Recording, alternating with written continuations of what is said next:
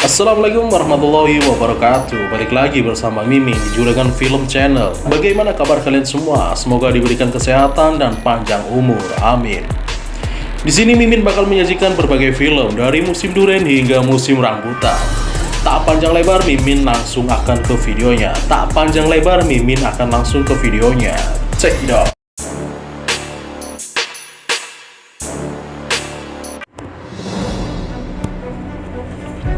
Berawal dari seorang wanita yang sedang hamil tua. Wanita itu bernama Nak. Namun tanpa sengaja Nak menyenggol lampu minyak. Di sisi lain di suatu barak tentara ada beberapa tentara yang bernama Mak, Te, Puak, Sin, dan Oi.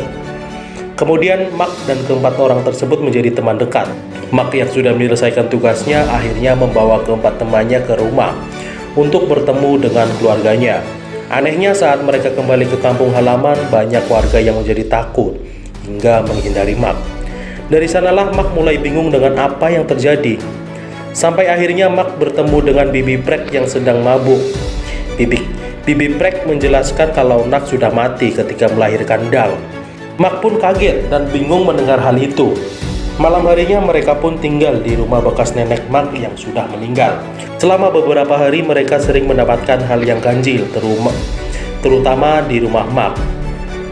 Tepatnya di malam hari, ketika teman-teman Mak sedang minum, Sin disuruh untuk mengajak Mak untuk minum bersama. Ketika sampai di rumah Mak, tiba-tiba Sin melihat rumah Mak begitu kotor dan tidak terawat. Sin yang ketakutan pun memutuskan untuk pulang. Sin melihat ada tangan yang memanjang ke bawah mengambil buah yang jatuh. Akhirnya Sin memberitahu temannya, namun tidak ada yang mempercayainya. Kali ini Te yang mengalami hal serupa.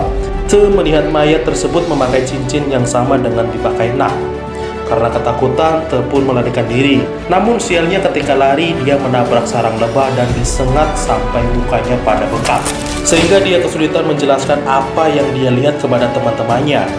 Te akhirnya mencari cara agar temannya mengerti apa yang dia ucapkan. Te pun akhirnya menuliskan kalau Mak adalah hantu. Semua teman-temannya terkejut. Ketika Mak membaca tulisan Te, Mak sangat terkejut.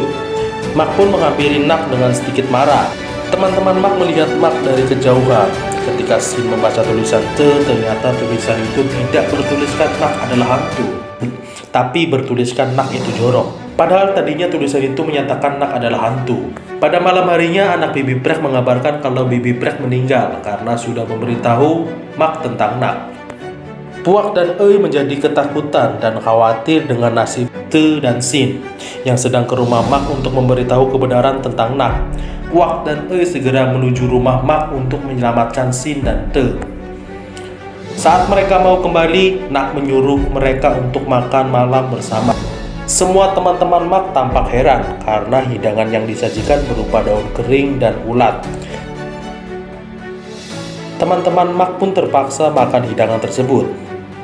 Setelah makan, sebenarnya teman-teman Mak ingin pulang, tapi Mak mengira teman-temannya ingin bermain tebak kata. Mereka pun akhirnya main tebak kata. Ketika Te melakukan tebak kata, semua kesulitan menjawab. Dan Te menunjuk ke arah Nak dengan polosnya. Sin menjawab kaos hantu. Semua merasa senang karena berhasil menebak. Namun beberapa saat kemudian semua sadar ada yang salah. Teman-teman Mak pun buru-buru kabur. Namun karena panik perahu mereka hanya berputar-putar di depan rumah Mak. Sesampainya di rumah Bibi Mak, Mak mendatangi teman-teman Mak dan mengusir mereka karena Mak pikir teman-temannya sama seperti penduduk desa yang mengatakan kalau Nak sudah mati. Tapi keempat temannya tidak putus asa untuk membuat Mak bisa menerima kejadian sebenarnya bahwa istrinya sudah tiada di dunia dan menjadi hantu. Setelahnya Mak mengajak Nak ke pasar malam. Nak menggunakan topeng agar tidak ada yang menyadari kehadiran Nak. Teman-teman Mak juga berada di situ. Mereka berusaha untuk memisahkan Nak dan Mak. Setelah berhasil menculik Mak, mereka kabur melewati hutan. Ketika di hutan, Mak tetap mengatakan kalau Nak belum mati.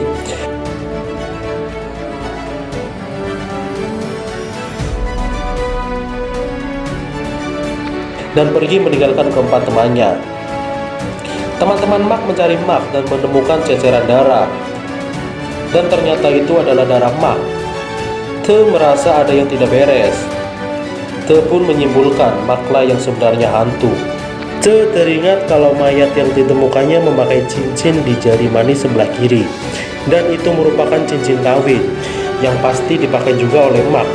Te dan Sin mengecek tangan Mak, namun cincin itu ternyata dikalungkan di leher Mak.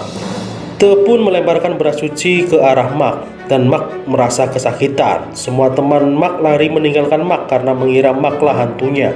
Setelah itu, keempat teman Mak menjemput Nak dan membawanya pergi bersama mereka menggunakan perahu. Namun di tengah sungai perahu itu hampir tenggelam.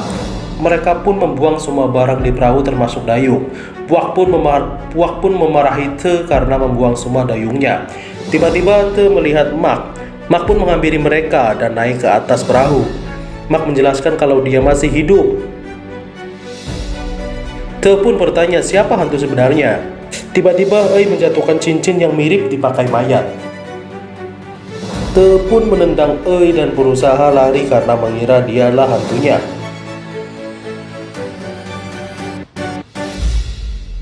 Tiba-tiba Nak memberikan dayung. Te pun terdiam karena menyadari kalau dayung itu sudah hanyut. Te pun melihat di antara kedua kakinya dan terlihat wajah asli Nak. Karena ketakutan mereka pun terjun ke dalam air kecuali Sin karena dia tidak bisa berenang. Namun karena ketakutan Sin pun nekat terjun ke dalam air. Mak tidak mau meninggalkan Nak. Akhirnya Puak terpaksa membuat Mak pingsan dan membuatnya ke kuil untuk meminta perlindungan pada biksu. Nak pun mendatangi ke kuil untuk menjemput suaminya. Karena kecerobohan mereka, beras dan air suci pun tumpah dan biksu tertendang ke hadapan Nak. Nak memadamkan semua lilin di kuil dan setelah lilin itu menyala kembali, mereka sudah terlilit tali. Ketika sedang ketakutan, Ei muncul. Mereka pun ketakutan karena mengira Ei sudah mati. Ei mengakui kalau cincin itu sengaja dia ambil dari mayat Nak karena butuh uang untuk berjudi. Kemudian mereka menyadari kalau Nak masih berdiri di situ. Mereka mencoba kabur, tetapi tiba-tiba semua pintu tertutup.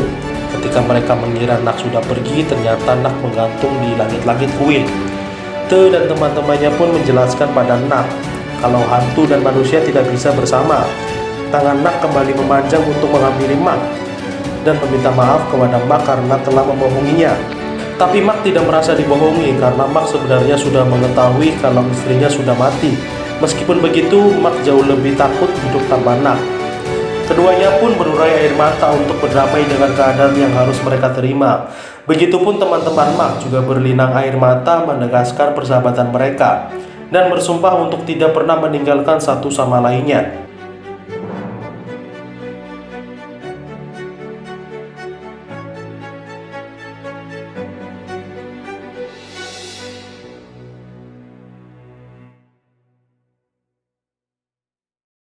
Oke guys, begitulah alur ceritanya. Terima kasih sudah menonton dan mengikuti alur cerita filmnya. Tak lupa Mimin ingetin buat subscribe dan nyalakan lonceng notifikasinya agar tidak ketinggalan review film-film terbaru dari Juragan Film. Dan pastinya bakal tambah seru abis. Jangan lupa like, komen, dan subscribe agar Mimin tambah semangat lagi buat video-video review selanjutnya.